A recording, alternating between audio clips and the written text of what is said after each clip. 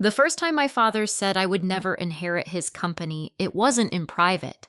It was in a glass-walled boardroom in front of every shareholder who had ever trusted the Silva name. So why was my name printed on the proxy vote sitting in front of me who had signed it over?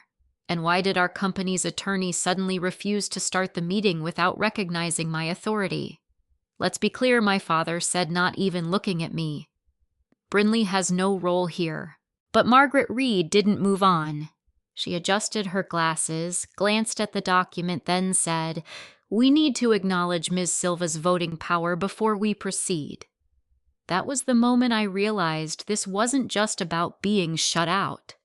Someone had just handed me a way in, and my father had no idea. If you're watching from somewhere outside the US, tell me where you're from and what time it is there. I'm reading every comment tonight. And if you've ever been told you didn't belong somewhere, you earned your place. Stay with me. 10 years earlier, I stood in my parents' kitchen in Naperville holding a freshly printed degree in finance that still smelled like ink. "I want to come into the company," I said, trying to keep my voice steady. "I'm not asking for a title, just a position. I'll start wherever you think makes sense." My father didn't even look up from his coffee. "This isn't a training ground," Brynlee Silva said. "The company needs people who already know what they're doing." I remember blinking, thinking I'd misheard him. I had graduated top of my class. I had already interned at a mid-sized firm in Chicago. I had spent years listening to him talk about margins and contracts at the dinner table. "I do know what I'm doing," I said quietly. He finally met my eyes then, but there was no warmth in it. Just evaluation. Not at this level. Across the table, my brother Caleb leaned back in his chair, scrolling on his phone like none of it mattered. He hadn't even finished his degree yet. He was still figuring out what he wanted to do. "Caleb's starting next month," my mother added, as if it were already settled. Elena Silva had that soft, controlled tone she used when she wanted something to sound reasonable. "Operations need support." I turned to her. "He doesn't even have experience." "He'll learn," she said. "He's always been good with people." The room went quiet in a way that made everything feel heavier than it should have. Like the decision had already been made long before I walked in. "So will I said. "If you give me the chance." My father set his mug down just a little harder than necessary. "We don't have time for you to figure things out. The company isn't a classroom." It wasn't what he said. It was how easily he said it. Like I had never been part of the plan to begin with. I remember gripping the edge of the counter, feeling something shift inside me. Not anger. Not yet. Something quieter. A realization. "You built this from nothing," I said. "You always told us that." "I did," he replied. "Then why wouldn't you want someone who understands it to help protect it?" He gave a small dismissive shake of his head. "Understanding numbers isn't the same as running a business." That was the end of the conversation. No argument, no negotiation, just a closed door. A week later, Caleb had a company badge and a corner office that was probably too big for him. I had an acceptance email from a Big Four accounting firm in downtown Chicago. I took it, not because I wanted to prove something to my father. At least that's what I told myself. But the first time I walked into that office, surrounded by people who didn't know my last name, who didn't care who my father was, I realized something else. Out there, I didn't have to ask for permission. I worked long hours. I learned how companies actually broke, not just how they were supposed to run. I learned how to read financial statements like stories where the gaps were where the truth didn't line up with the narrative. I learned how easy it was for people in control to hide things behind confidence. Years passed faster than I expected. I moved out of my parents' house within 6 months. Small apartment, thin walls, but it was mine. We still saw each other on holidays, birthdays, occasional dinners where conversations stayed surface level. "How's work?" my mother would ask. "Busy, I'd say." "Good," she'd reply, smiling like that was enough. My father never asked much. Caleb talked about the company like it was already his. Expansion plans, vendor negotiations, deals he was handling. I listened more than I spoke, and every now and then, I thought about something my grandfather used to say when I was younger. Arthur Silva didn't talk much, but when he did, people listened. The company doesn't fail because of competition, he once told me while we were sitting on his back porch. It fails when the people inside stop asking the right questions. At the time, I didn't fully understand what he meant. Now I did. 5 years into my job, I was assigned to a client whose supply chain intersected with one of our company's vendors. It wasn't unusual. Industries overlap all the time. But when I saw the name Silva Logistics on a report, something in my chest tightened. I wasn't supposed to treat it differently. Professionally, it was just another line item, another entity. But I looked anyway. At first, nothing stood out. Revenue growth looked steady. Expenses slightly elevated, but explainable. The kind of thing most people would skim past. Most people. I didn't. There were small inconsistencies, timing differences that didn't quite match operational cycles. Payments routed through third-party entities that weren't fully explained in the notes. Not illegal on paper, but not clean either. I told myself to let it go. It wasn't my client. It wasn't my responsibility. But the more I thought about it, the more it bothered me. That night, I sat in my apartment with my laptop open, staring at numbers that didn't feel right. And for the first time in years, I wasn't thinking about whether I belonged in that company. I was wondering what they were hiding. The next morning, my phone rang from an unknown number. I almost ignored it. Hello. There was a pause. Just long enough to make me check the screen again. Then a voice I didn't recognize said, calm and low, "If you care about what's happening inside Silva Logistics, you need to look at your brother's decisions." The line went dead before I could respond. I sat there, phone still in my hand, heart beating a little faster than it should have, because whoever that was, they knew exactly where to point me. I didn't call the number back, not because I wasn't curious, but because I knew better. Anonymous tips are rarely clean. They come with agendas, half-truths, or traps. In my line of work, you don't chase a voice. You follow the data. Still, I didn't sleep much that night. By morning, I had already convinced myself of two things. First, I couldn't ignore what I'd seen. Second, if I was going to look deeper, I had to do it carefully. At the office, everything felt normal on the surface. Emails, meetings, deadlines. But my focus kept drifting back to that one report, to the small inconsistencies that didn't quite align. I waited until late afternoon when the floor had thinned out and people were more concerned with getting home than watching each other's screens. Then I pulled the files again. Silva Logistics. The name alone felt heavier now. I started with the basics: quarterly, revenue, operating expenses, vendor payments. I wasn't looking for something dramatic. Just patterns. That's how you find the truth. Not in the big numbers, but in the quiet ones that repeat. Within an hour, I saw it more clearly. Expenses had been climbing steadily over the past 18 months, but not in a way that matched growth. Normally, if a company scales, costs rise in proportion: more inventory, more staff, more logistics. But this was different. Certain payments were being routed through smaller entities. Not unusual on its own. Companies use subcontractors all the time, but these entities had something in common.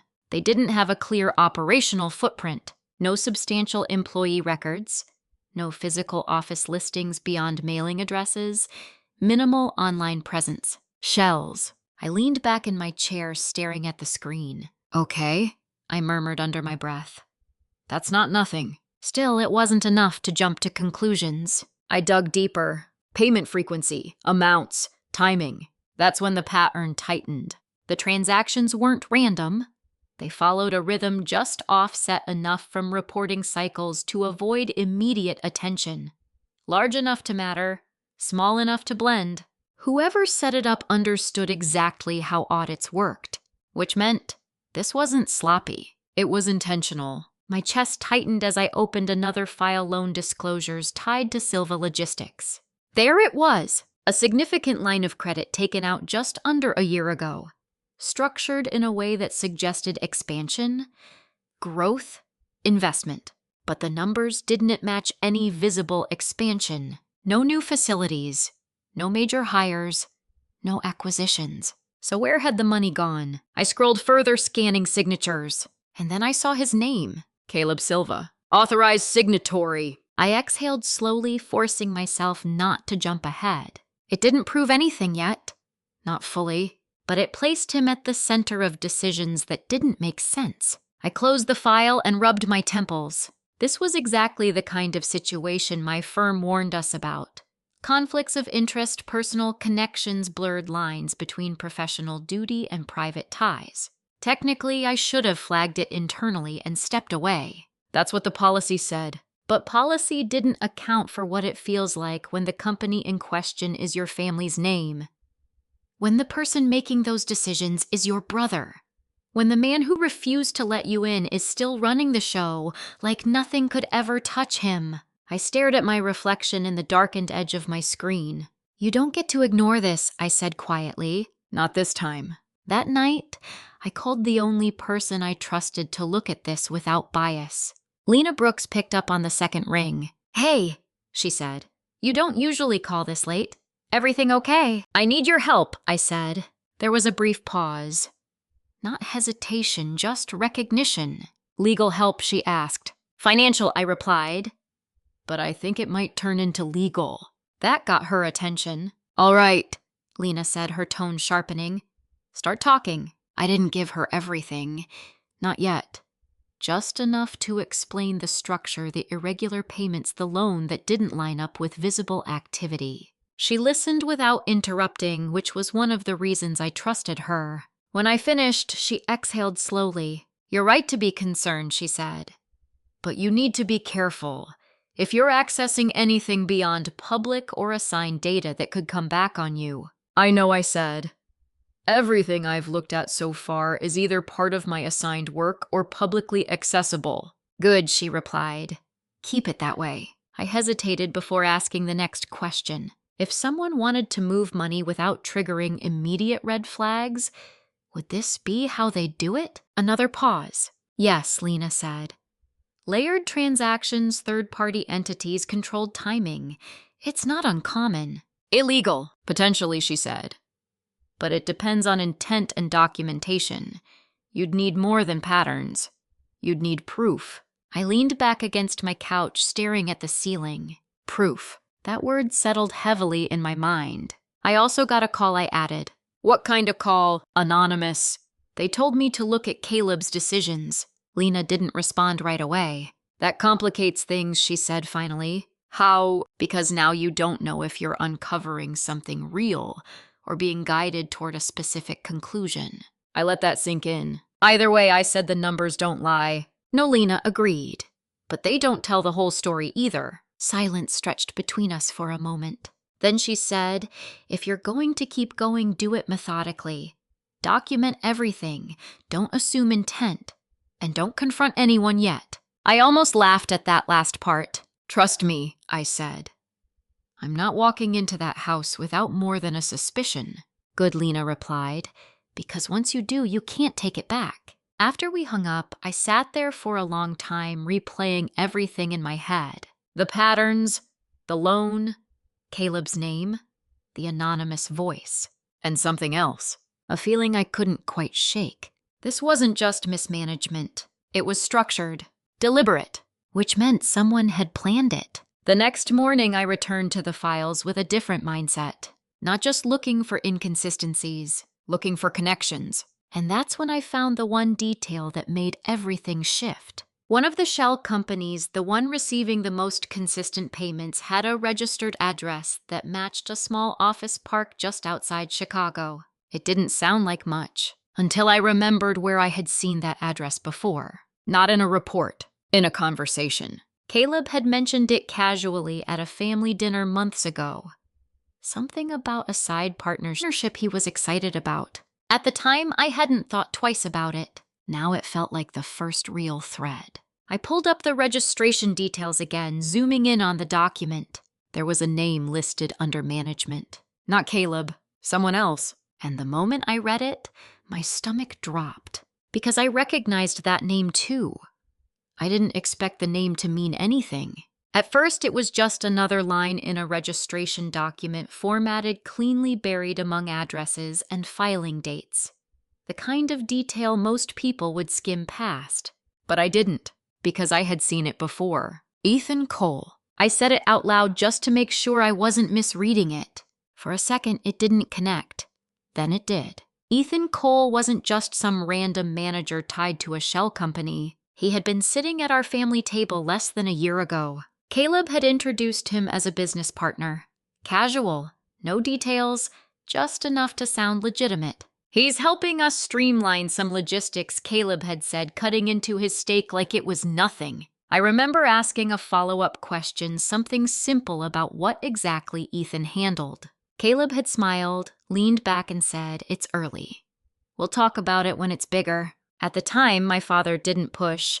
My mother changed the subject, and I let it go. Now I was staring at a document that tied that same man to a company receiving steady payments from Silva Logistics. Not one payment. Dozens. Structured, timed, repeated. I leaned closer to my screen, pulling up every public record I could find on Ethan Cole. There wasn't much. No major business history. No established companies with long track records. Just a handful of LLC filings over the past 2 years. All small, all loosely connected.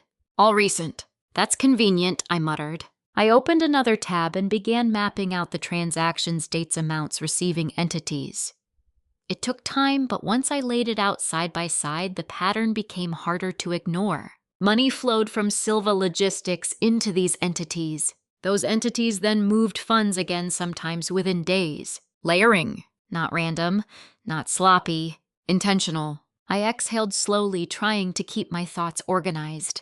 This still wasn't proof of wrongdoing.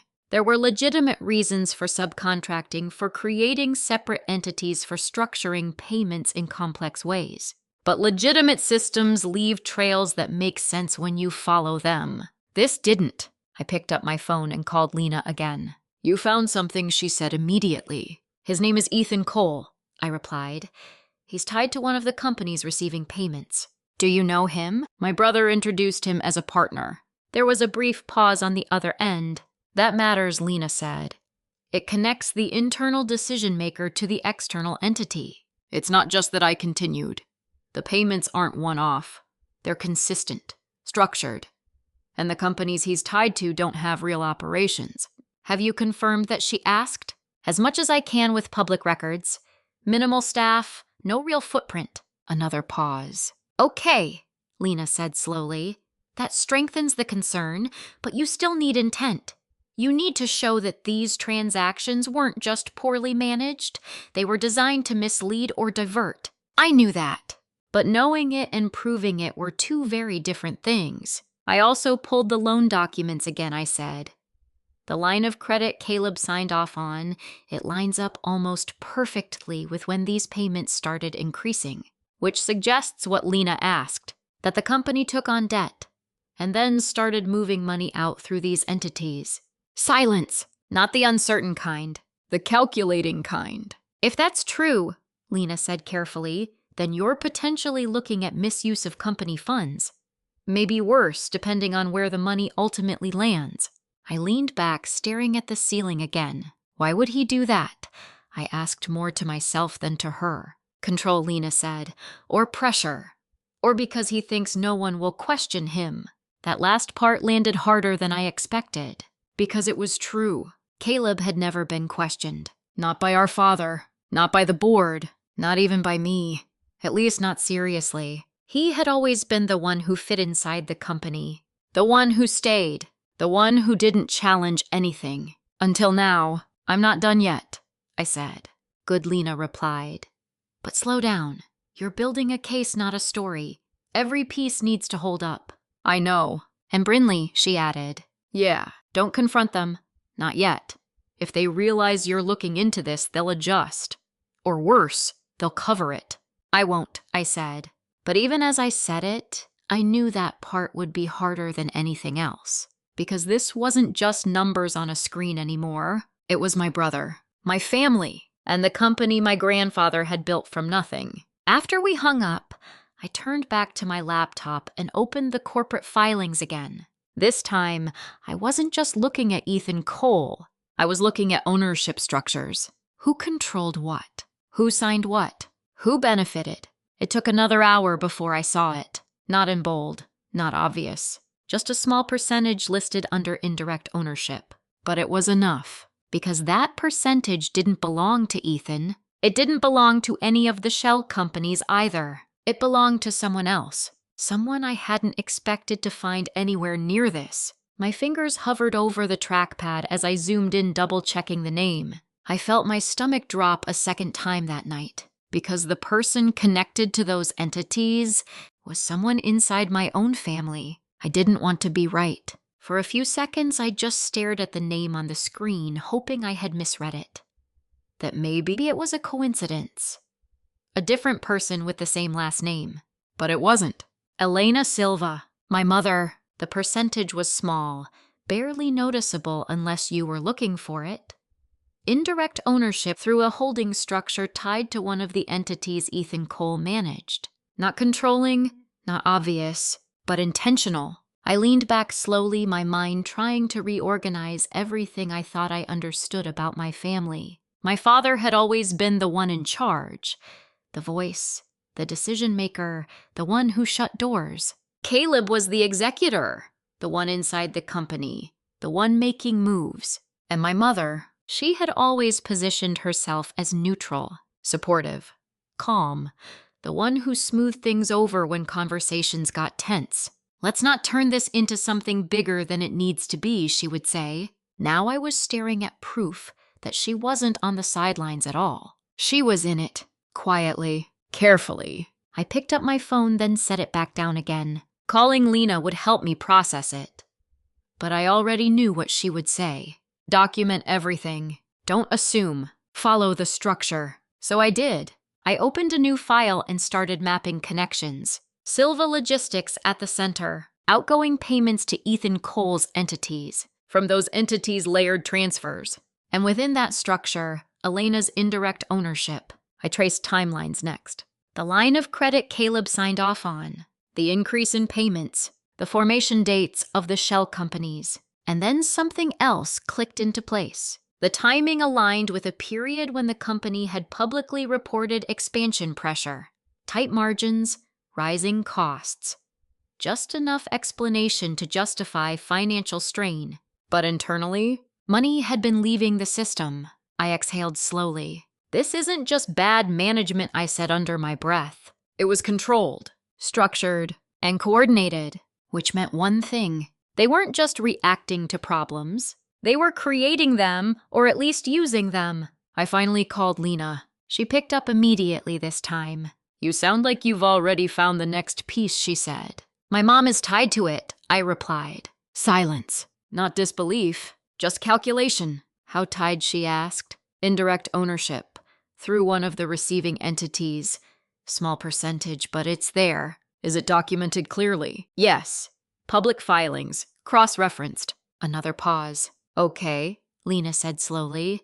That changes the dynamic. Because now you're not just looking at one person making questionable decisions.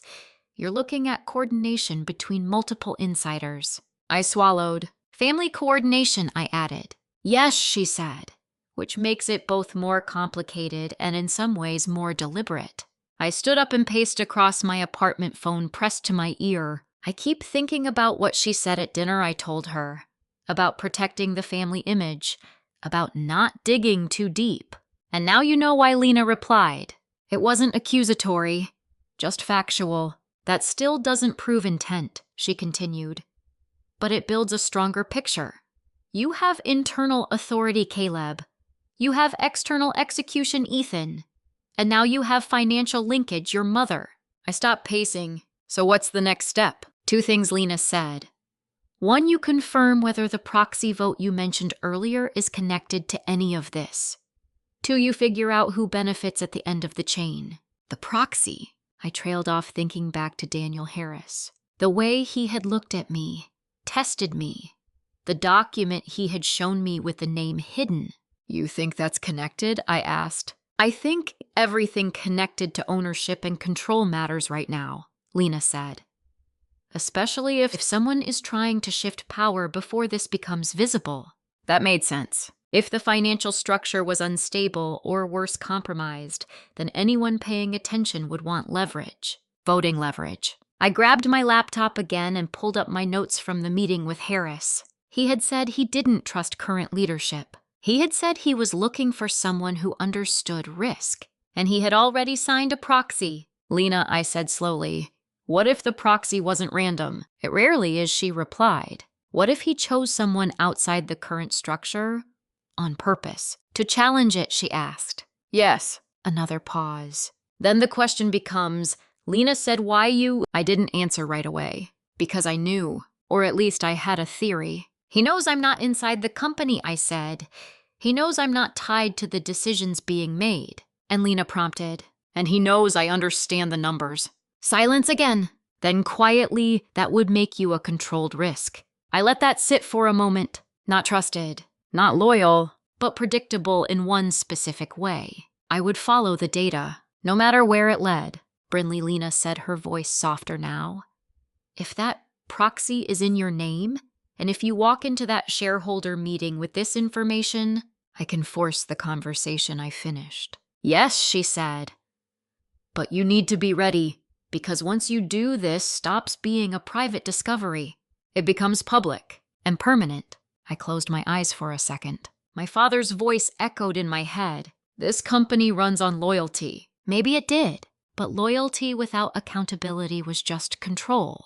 "I'm going to that meeting," I said. "I figured you would," Lena replied. "I just need to confirm one thing first." "What's that?" I looked back at the document I had saved the partial proxy Harris had shown me, the blank space where the name had been hidden. "If the vote is actually mine," I opened my inbox where a new message had just appeared, from an unfamiliar legal address. Subject line, "Proxy authorization, final copy." My pulse picked up as I clicked it open, and there it was. The official document. Signed, filed, irrevocable, with my name clearly listed as the voting authority, Brynlee Silva.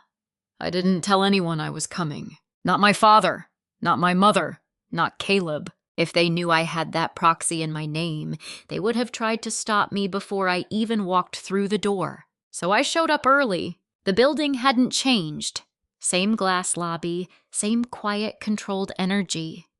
For a moment, it felt like I was stepping into a version of my life that had been closed off years ago. Except this time, I wasn't asking for permission. The receptionist hesitated when I gave my name. "Ms. Silva, I don't have you listed." "That's fine," I said, calmly sliding the printed proxy across the desk. "But legal will want me upstairs." She glanced down at the document, her expression shifting just slightly. "I'll make a call." I waited. Not nervously, not impatiently, just still. Within minutes, someone from legal came down, one of the junior associates I vaguely recognized. He didn't smile. "Miss Silva," he said. "This way. No questions, no resistance." That told me everything I needed to know. Upstairs, the boardroom doors were still closed. Through the glass, I could see movement, people settling in papers being arranged, quiet conversations already happening. Power in its most familiar form. The associate stopped outside the door. "They're about to begin," he said. "You should wait." "I won't," I replied. I opened the door before he could finish. Every head turned. For a second, no one spoke. Then my father's voice cut through the silence. "What is she doing here?" Not Brynlee. Not even my name. "Just she." I didn't answer him. Instead, I walked to the end of the table and took the only open seat, the one furthest from him. Caleb stared at me like I had just stepped into a place I didn't belong. "You weren't invited," he said. "I'm aware," I replied. Margaret Reed cleared her throat. Her tone measured. "Before we proceed," she said, "we need to address a procedural matter." My father leaned forward, irritation barely contained. "There's nothing to address. She's not part of this meeting." Margaret didn't look at him. She looked at the document in front of her. Ms. Silva has been assigned proxy voting authority representing a significant shareholding interest, she said.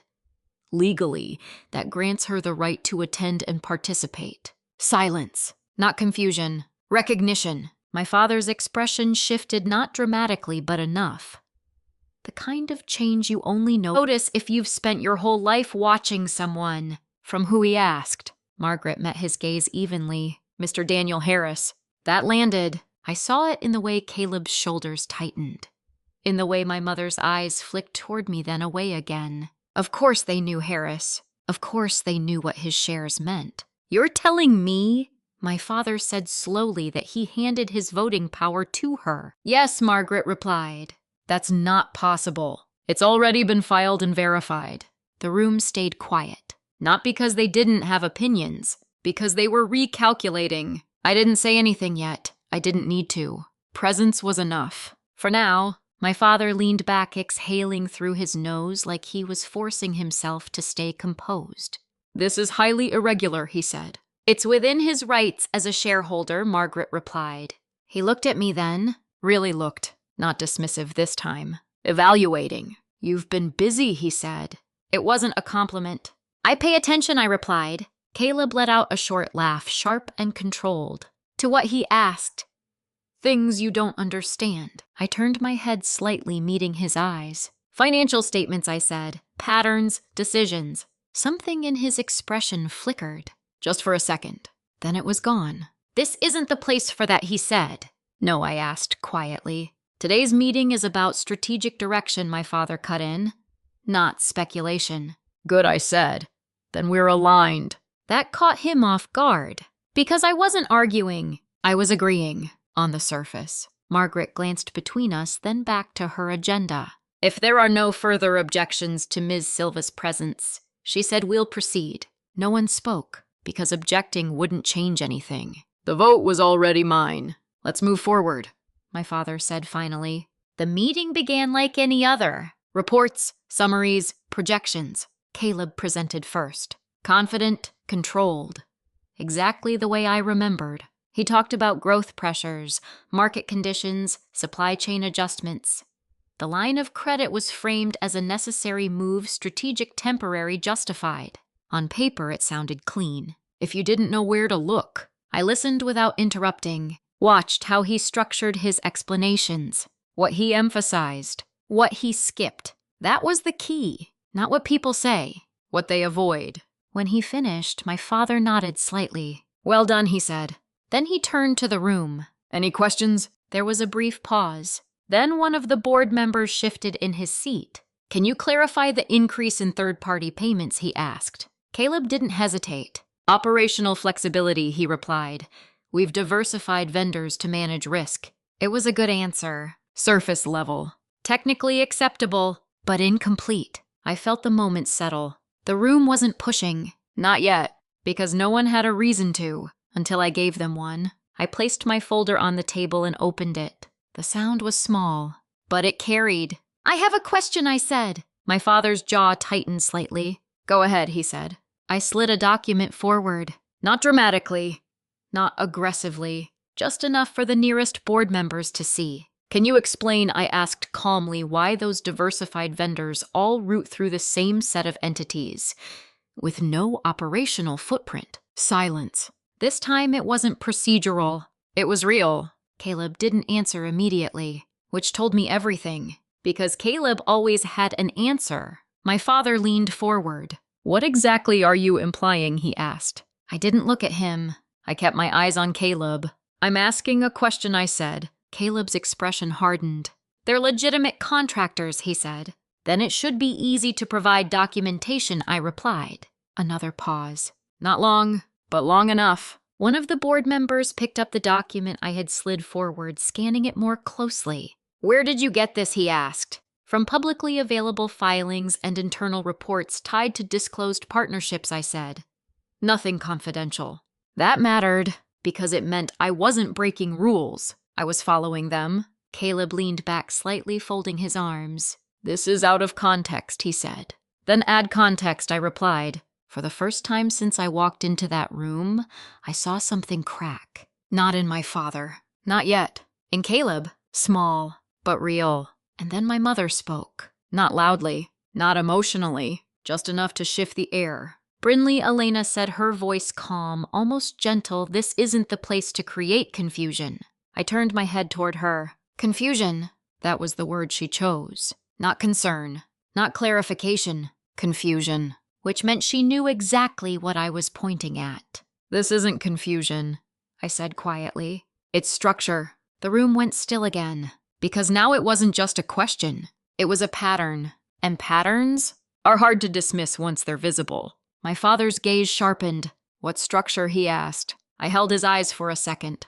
Then I reached for the next document in my folder. "Let's start with Ethan Cole," I said.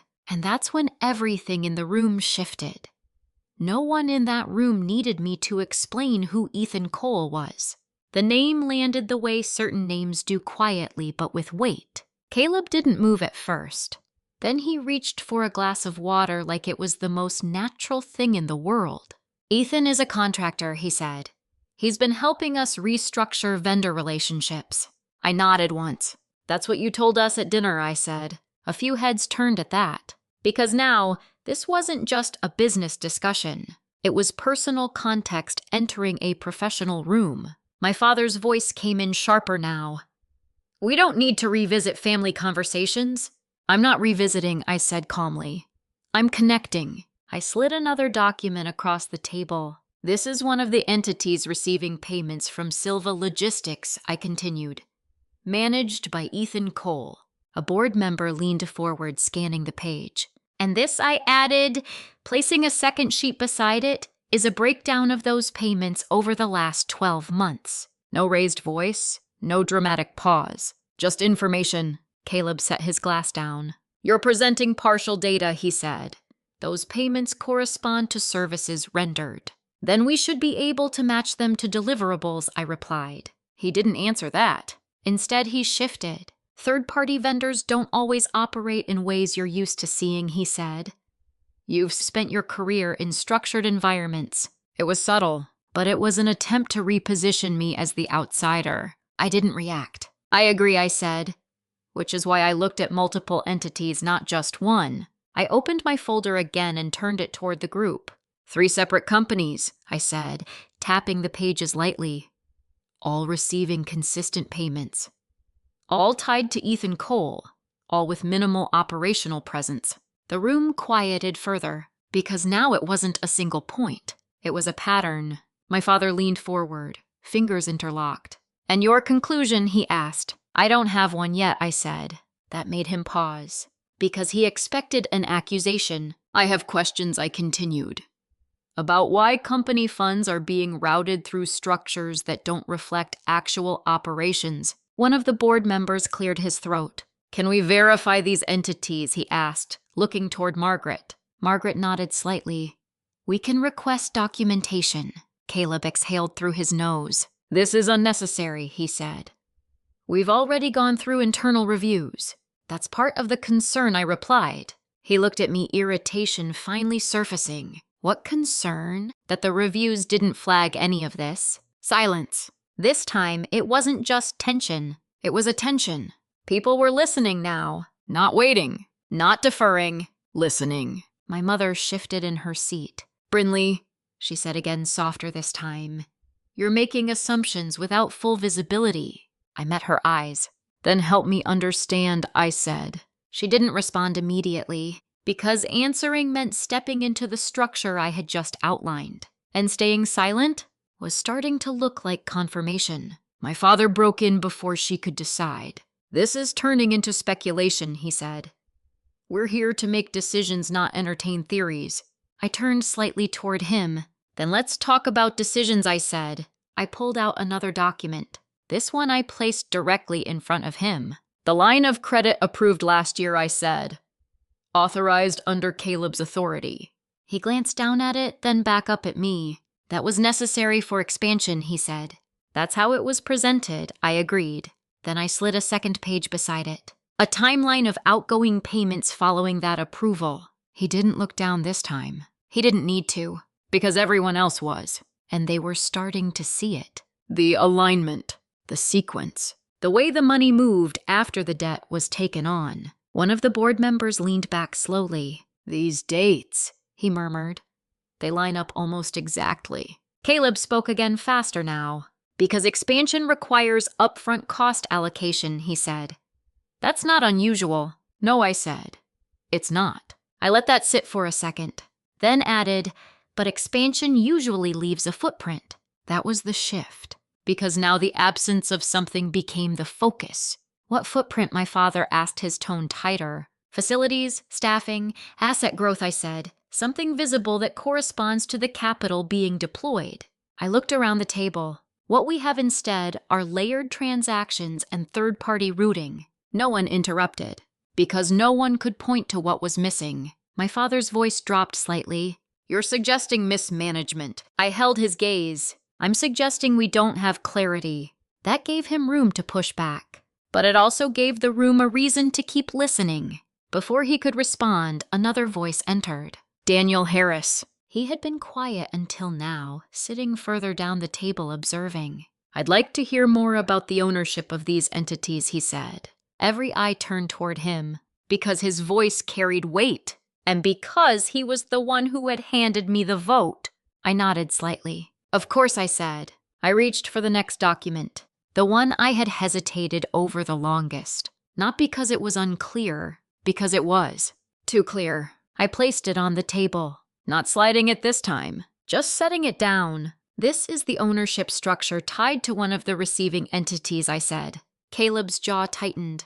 My father didn't move. My mother looked at the paper before anyone else did. Just a glance. But it was enough, because I saw recognition before anyone spoke, before anyone asked. She already knew. Daniel Harris leaned forward, picking up the document. He read it once, then again, slowly, and when he looked up, his expression had changed. "Is this accurate?" he asked. I didn't answer immediately, not because I doubted it, because I wanted the weight of the question to land. Then I said, "It's based on filed records." He turned the page, slightly angling it toward the rest of the board. "So we're looking at a structure," he said carefully, "where company funds are being routed through external entities that have internal ties." No one spoke, because that was the first time it had been said out loud. Clearly, cleanly, without hesitation. My father's voice came next. Lower than before. "Controlled. Explain the internal tie." I didn't look at Caleb. I didn't look at the board. I looked at my mother, and then I said it. "Partial ownership," I said, "is held under Brynlee Silva." The room didn't erupt. It didn't need to, because the silence that followed was louder than anything else. No one reacted right away. Not my father, not Caleb, not even my mother. It was the kind of silence that only happens when something crosses from suspicion into reality. Daniel Harris set the document back down carefully, like it carried more than paperweight. "Miss Silva," he said, directing the question toward my mother. "Now, would you like to clarify your involvement?" Helena didn't answer immediately. She folded her hands in front of her, the same composed posture she had used my entire life, whenever things became uncomfortable. "This structure," she said slowly, "is not what it appears to be." It was a familiar opening, not denial, redirection. I didn't interrupt.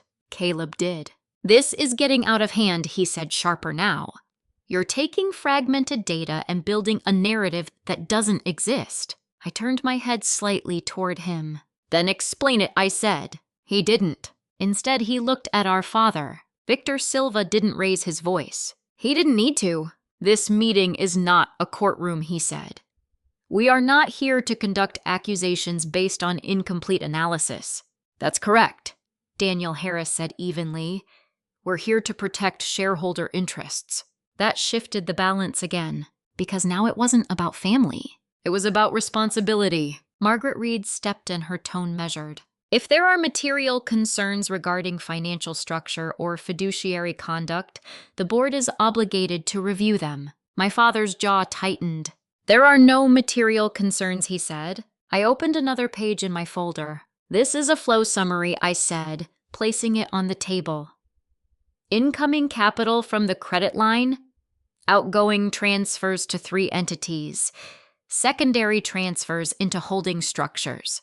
I tapped the final column. Ending positions. No one needed me to explain what that meant, where the money ended up. The room leaned in not physically, but mentally. Attention sharpened. One of the board members spoke quietly. These distributions, they don't return to the company. No, I said. Caleb leaned forward, now his composure slipping just enough. Because they're operational allocations, he said. We're positioning for long-term gain. Through entities with a no measurable output, I asked. They have output, he snapped. Then show it, I replied. That was the moment. Not loud, not dramatic, but decisive. Because the burden had shifted. He wasn't dismissing me anymore. He was defending. Daniel Harris folded his hands. I'd like documentation supporting those outputs, he said. Caleb didn't respond. My father stepped in again. We can provide that at a later time, he said. That would be acceptable. Margaret replied, if the board agrees to postpone decisions. Another shift, because now the meeting itself was in question. My father glanced around the table. He was calculating. Timing, control, what could still be contained. This delay would be unnecessary, he said. We have a strategic plan ready for approval.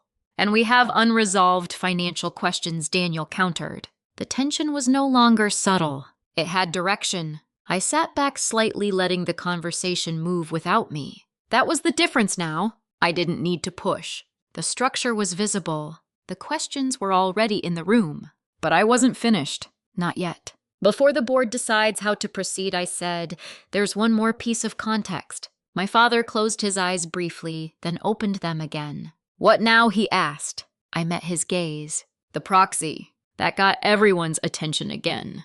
Because until now it had been procedural, a technicality. But it wasn't. Mr. Harris assigned his voting authority. I continued because he lost confidence in current leadership. Daniel didn't interrupt, which meant he agreed. At the time, I said he didn't have full visibility into the internal structure. I paused just long enough. But now we do. Silence. Clean. Sharp. No distractions. Daniel leaned forward slightly. That's correct, he said. My father's expression hardened. You're implying that this changes the vote. I'm stating that new information affects decision-making, I replied.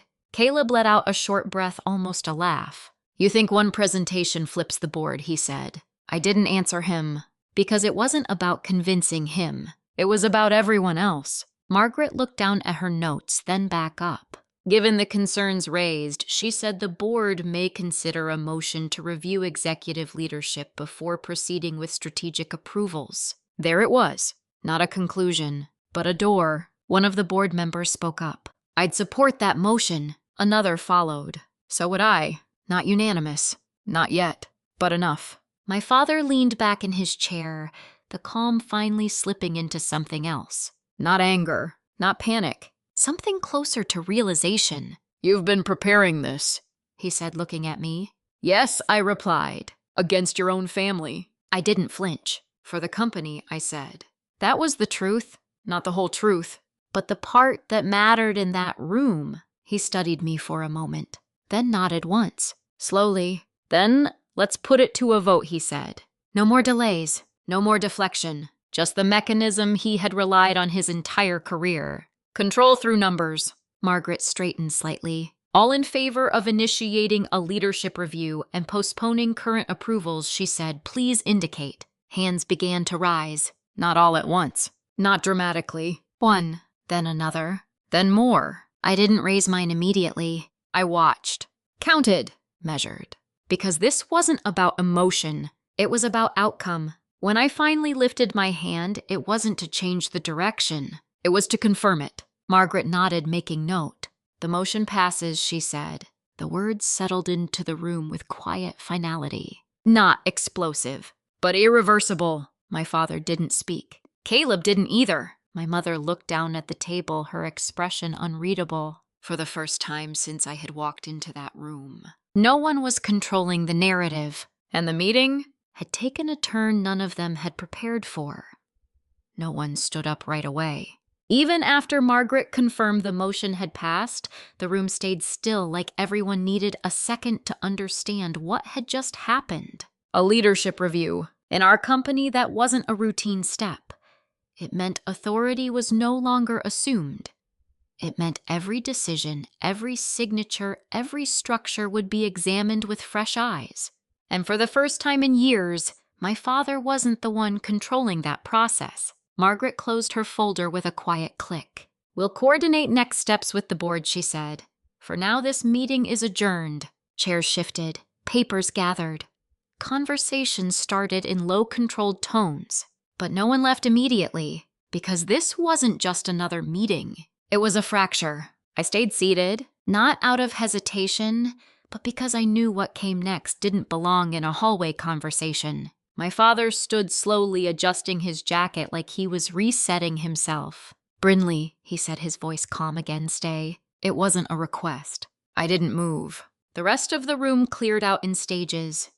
Some people nodded to me as they passed acknowledgement, not approval. Daniel Harris gave a brief, measured look before stepping out. Lena had been right about him. He wasn't on my side. He was on the side of risk management. When the door finally closed, it was just the four of us. Victor, Elena, Caleb, and me. The air changed immediately. No legal language, no board presence, no structure to hide behind. Just family. My father didn't sit back down. "You went further than I expected," he said. "That tends to happen when no one answers questions," I replied. Caleb let out a short breath, pacing once across the room. "You blindsided us," he said. "I asked you to explain," I said. "You didn't. That wasn't your place," he snapped. I looked at him. "It became my place the moment I had voting authority," I said. He stopped pacing. Because he didn't have a response for that. My mother spoke next. "Brynlee." Elena said, her voice softer now, stripped of the performance she used in public. "You don't understand everything that's happening." I held her gaze. "Then explain it," I said again. The same words. Different room. Different stakes. She hesitated. Not because she didn't have an answer, because she was choosing which version of the truth to give. My father stepped in before she could decide. "This company has pressures you've never had to manage," he said. "Cash flow, market shifts, negotiations." "I understand all of that," I cut in, still calm. "What I don't understand is why money is being routed through structures that don't benefit the company." His expression hardened slightly. "Everything we've done has been to keep this company stable. That's not what the numbers show."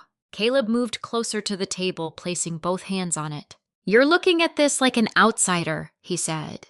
"You don't see the relationships, the leverage, the deals behind the scenes." "Then show me," I said. Silence. Again. But this time it wasn't strategic. It was personal. "Because they couldn't separate the two anymore." My mother finally exhaled. "The entities you're focused on," she said carefully, "were meant to give us flexibility." "In what way?" She glanced briefly at my father, then back at me. "To move resources without drawing attention during a vulnerable period." I let that settle. Attention from who I asked. Competitors, lenders, anyone who might react negatively to instability. "So instead of addressing the instability, I said you hid it." "We managed it," Caleb corrected. "No," I said quietly. "You redirected it." That landed harder than anything else I had said, because it wasn't framed as an accusation. It was a description. My father's voice dropped. "You think this is simple," he said. "You think transparency solves everything." "No," I replied, "but lack of it creates risk. We've carried this company for years," he said. "We've protected it." "At what cost?" I asked. No one answered that, because now the question wasn't about structure. It was about consequence. I reached into my folder one last time and pulled out a separate document. "Not financial, not legal. A summary. An internal review is coming," I said, placing it on the table. "You already know what they're going to find." Caleb glanced at it but didn't pick it up. "And what do you want?" he asked. It was the first honest question he had asked all day. Not defensive, not dismissive. Direct. I looked at him, then at my father, then at my mother. "I want the company to survive this," I said. "And us?" my mother asked quietly. There it was, the part no one had said out loud yet. I didn't answer immediately, because the truth wasn't simple. "It depends on what happens next," I said. My father studied me for a long moment. Then he nodded once. "Not agreement. Acknowledgement." "You always were good with numbers," he said. I almost smiled. because for the first time it didn't sound like dismissal. It sounded like recognition, but it came too late to change what had already happened. "I'm not here to replace you," I said. "I'm here to fix what's broken." Caleb let out a quiet breath. "And if fixing it means removing us," I met his eyes, "then that's the decision the board will make," I said. "Not me. Not alone." That was the boundary. Clear, firm, non-negotiable. No one spoke after that, because there was nothing left to argue, only outcomes. I gathered my folder and stood.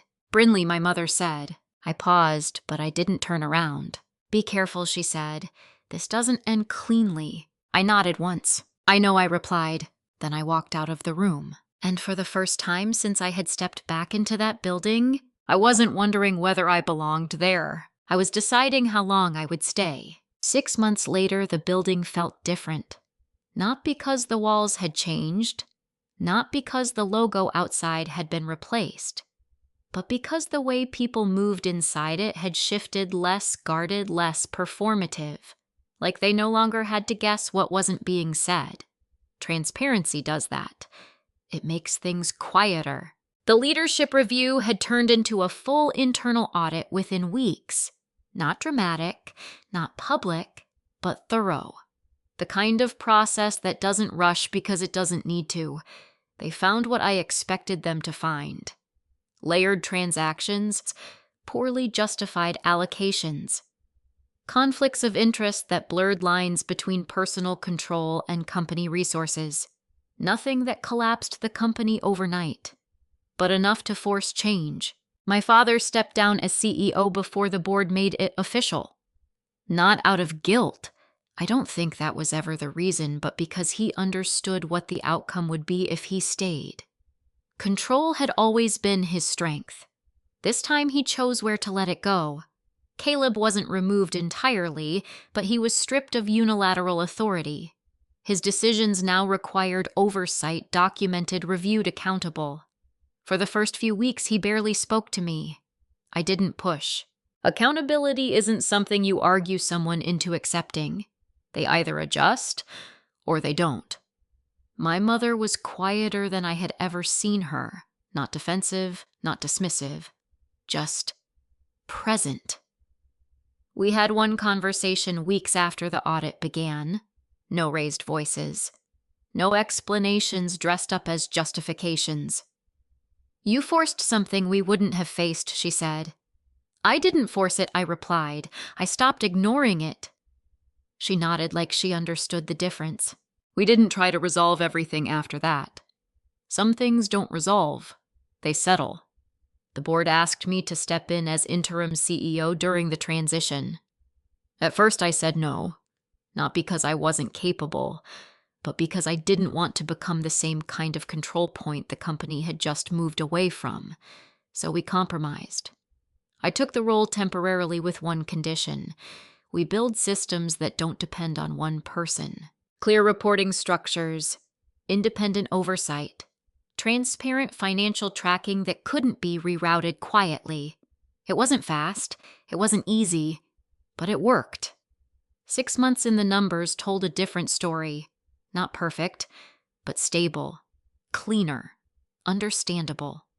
The kind of clarity investors trust. The kind of structure employees don't have to question. Daniel Harris stayed involved longer than I expected. Not closely, not personally, but enough. One afternoon after a board check-in, he stopped by my office. "You handled this better than most would have," he said. "I followed the data," I replied.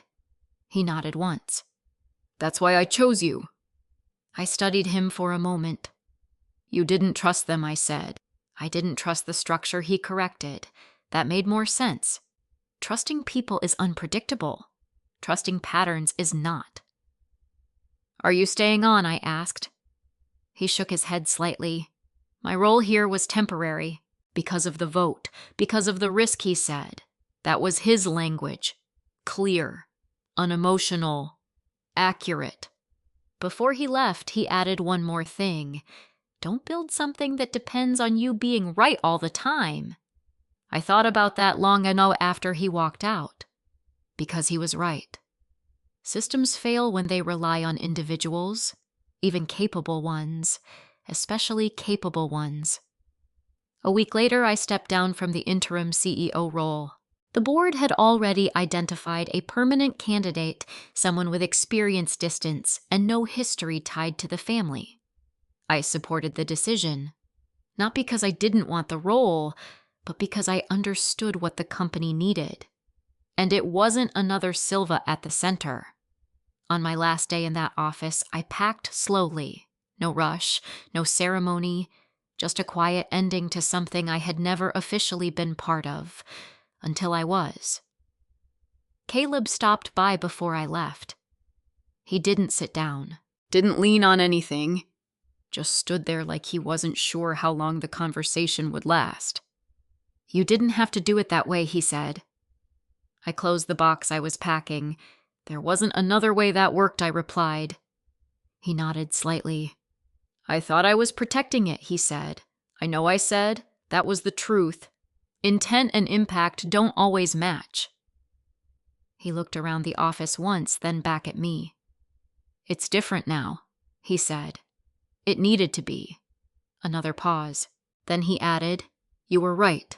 I didn't respond to that. Not because it didn't matter, but because being right wasn't the point. It never was." After he left, I took one last look around the room. Then I walked out. No hesitation, no second thoughts. Just a clear step forward. Because for the first time in my life, I wasn't trying to earn a place inside something that had already decided who I was. I had built something outside of it. And I was going back to that. On my terms. Sometimes the hardest part about being underestimated isn't proving people wrong. It's deciding what you do when you finally can. If you've ever been pushed out of something you worked for or told you didn't belong in a place you earned, you already know how complicated that feeling is. There's anger in it. And hurt. But also clarity if you're willing to face it. What I learned is that setting boundaries isn't the same as seeking revenge. One is about protecting yourself. The other is about controlling someone else. And those are not the same path. You don't need to take everything back to move forward. Sometimes you just need to make sure no one can take from you the same way again. And forgiveness. It doesn't mean access. It doesn't mean things go back to the way they were.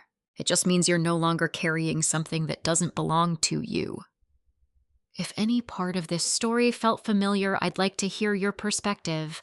Where are you watching from? What time is it there right now? And if you want more stories like this about difficult choices, quiet strength, and rebuilding something on your own terms, consider subscribing. This is a fictional story created for entertainment, education, and reflection.